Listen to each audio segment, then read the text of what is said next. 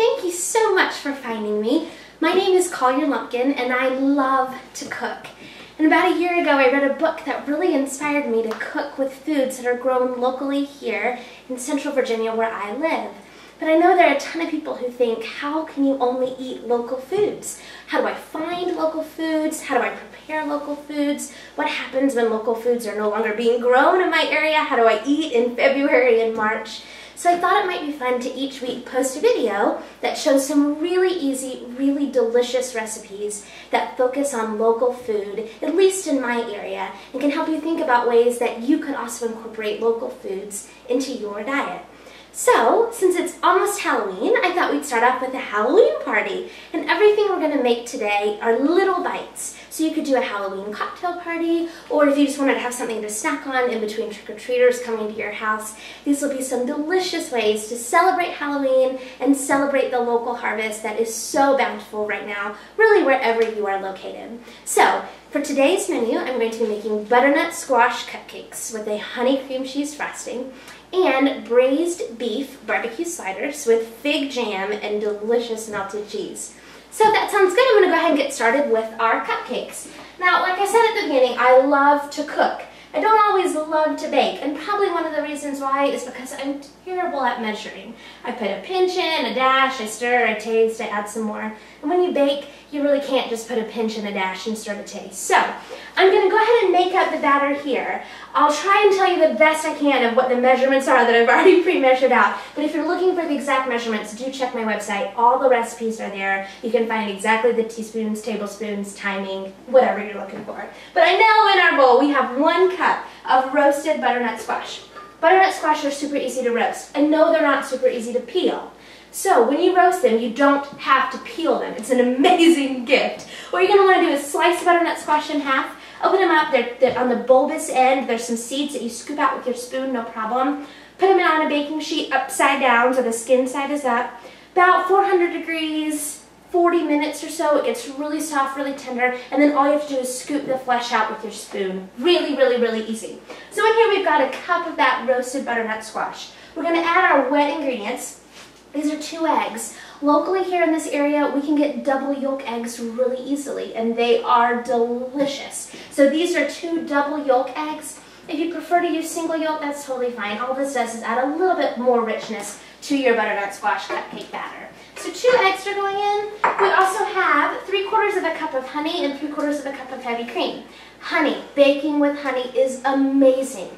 The moisture is delicious, the flavor is delicious. 2 things you want to just keep in mind when you're substituting honey for white sugar though. Honey does brown much more quickly than white sugar does. So when you're baking, make sure to keep checking on what's in your oven so it doesn't brown too quickly on top and stay raw on the inside. The other thing is that honey is liquid, obviously, not solid like white sugar. So you're going to want to cut back on some of your liquid in other areas. So I cut back some on the cream because of the liquidness of the honey. The only other thing to keep in mind, honey is slightly sweeter than white sugar is. And so when you're using honey, you can reduce it. I normally reduce by half, but I don't have a huge sweet tooth. You can also just cut 1/4 of the sugar out when you're using honey instead. So just keep those in mind when you're baking with honey. Otherwise, go for it. It is delicious. So we're going to put in our honey and our cream with our eggs. And the last wet ingredient that we're going to add is our butter. Again, when you get local butter, it's delicious. Most of them come salted or unsalted. When you're baking, most recipes seem to call for unsalted butter with baking. I really like the salt flavor in my baked goods. It doesn't ever taste salty. It just gives a little richer flavor. So the butter that I use is salted. We're going to use 1/2 cup of softened butter. So we're going to mix this all together, and then our dry ingredients. Flour, baking powder, and baking soda. We are so lucky here we've got a local mill that grinds its own wheat to make flour. It is white flour. They take the kernel off, so it's not whole wheat flour, but they don't bleach it. So you'll notice if you're getting local flour, sometimes it looks a little darker. It's not, but it's whole wheat flour. It's still white flour, but since they haven't bleached it out, it has a little bit of that darkness. Don't let that bother you. The taste is amazing, I promise. So, this is all nicely mixed together. We're going to add in our flour, and I know this looks rich. Heavy cream, eggs with 2 yolks, butter, but it is a cake. And you have to put butternut squash in here, so you could almost call it a vegetable. So we're going to go ahead and just add all of our dry mixture. Come in, come in. And I am using a stand mixer. If you have one of these, they are great for baked goods. Pardon that. Great for baked goods because you don't have to hold the hand mixer. But if you don't, you can easily use a hand mixer as well. Just make sure you start it on low, otherwise you might end up wearing your entire butternut squash cupcake batter. But once the flour starts to incorporate, just mix it up. Like most cake batters, you don't want to over mix it. That tends to develop the gluten in the flour and it makes your cakes a little tough. So you just want to mix it just for a second till everything is all mixed together and then turn it off. And this is butternut squash cupcake batter. When we take a quick break, I'll go ahead and put this into our into the liners and then the oven. Again, sometimes with honey, since it browns, they'll brown around the edges, especially if you're using a dark nonstick pan like this. If you go ahead and line them with a cupcake liner, I like the paper ones better than the silver ones. Again, with honey, I feel like the silver cupcake liners cause them to darken too much around the edges. If you go ahead and use a paper liner, it's no problem. Pop them in here. They'll do just great, and then also they're so much easier to get out. Another quick trick when you're doing cupcakes or muffins or anything in a tin, if you spray the tops, this part, with a nonstick cooking spray, then if any rises over and comes over the edge, they'll really easily pull off. I hate when I try and get cupcakes out and I can't get the top, the delicious cupcake top part off because they're stuck to the edge of the pan. So just a quick spray, or if you want to stay purely local, which bless you if you do, you can also use some butter and just butter the tops here, no problem. It'll just lift right off. Delicious, delicious. So the other dish for tonight are braised beef sliders with fig jam.